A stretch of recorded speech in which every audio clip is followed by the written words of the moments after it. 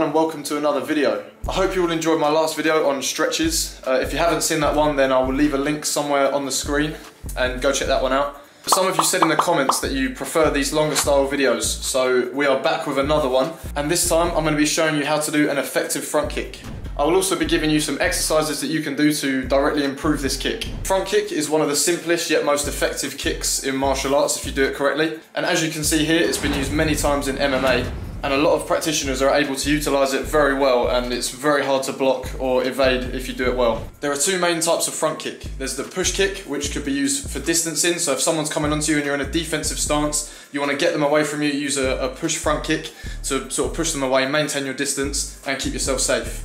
And there's the snap kick, and the snap kick is more like a punch with your foot. It's a quick impact strike and the foot is retracted very quickly afterwards to stop any chance of your opponent grabbing your foot. And since I have a karate background, the one I use most is the snap kick. So that's the one that I'm going to be showing you today. So the first step of your front kick, you want to tuck this back heel up, so nice and tight, tuck it right up and put it down. So with this one you can just practice tucking it up and putting it back down, just one after the other. Up, down. And on this step you also want to make sure you're peeling the toes back, so you can set the foot up correctly to connect with the ball of the foot. So when you tuck this heel up, your toes are also tucked up. So next, after you've tucked up this heel, you want to bring the knee up to about waist height. You don't want to bring it up too high because then you won't get any power into your snap. So just level with your waist should be fine. With the push kick or a teep, it would be different. You could raise the knee a bit higher because then it's better for the push. But with the snap kick, you want to make sure the knee is nice and low, and I'll explain why. When you've brought your knee to waist height, the next step is to push your hips forwards. So for this one, you can just practice without throwing the kick yet. So you can bring the knee to waist, push, and land forwards. So the hip movement with this one is almost upwards. So you're here and you push the hips, pop, upwards. So the next step would be to release the kick. So when you've brought your knee to waist level, as you pop your hips, so as they come up, you want to extend the knee onto the bag and snap it back off again. As I said before, this kick is more like a punch with your foot. So you want it to be a quick impact and you want to pull it back off just as quick as it went onto the bag. So for example, that pop of the hips is really important because that's where your power comes from. Because your knee is low, you pop them upwards and you're driving that foot right into the opponent there. So you pop and you drive that foot in. So a little drill that you could do to work this kick would be to go through the steps and add one step on each time. So for the first one, you just do the first step, which is tuck the heel behind. And then for the second one, you tuck and bring the knee to waist. And then for the third one, you tuck, bring the knee up. And finally, you put all four steps together with the kick.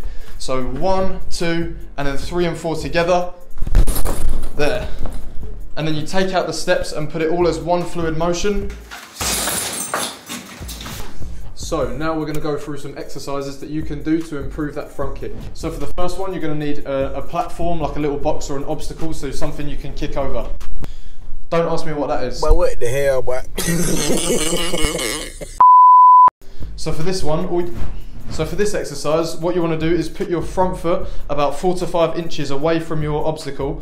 Don't make it too high, just knee height or a shin height, a little bit lower is fine. And from here, you're just going to practice your front kick going over the obstacle. So obviously the aim is not to catch your toes on the obstacle because then it will hurt. No way!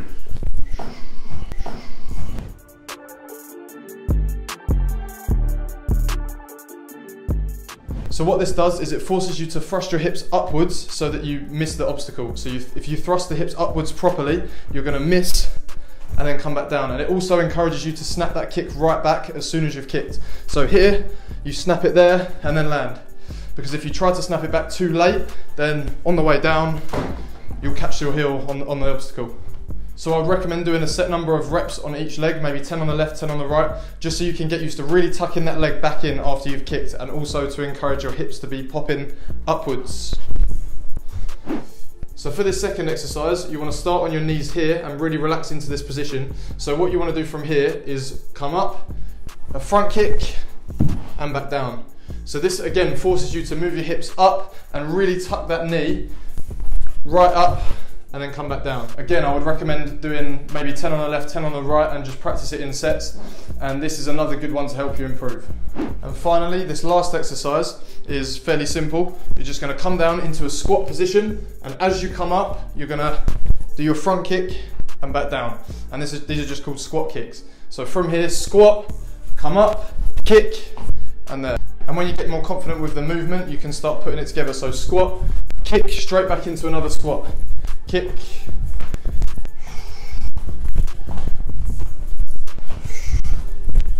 So what this exercise does is activates your quads and gets your muscles used to this movement of the front kick. And same for this one, just do maybe 10 on the left, 10 on the right, or just work to your ability. Thank you again for watching. I hope you did enjoy this video, and I hope you can take something from this into your own training. Let me know in the comments if you have any video suggestions that you'd like me to do. I will be reading them all, and I'll reply to as many as I can. But yeah, give this video a like and subscribe to my channel if you haven't already, and have a nice day.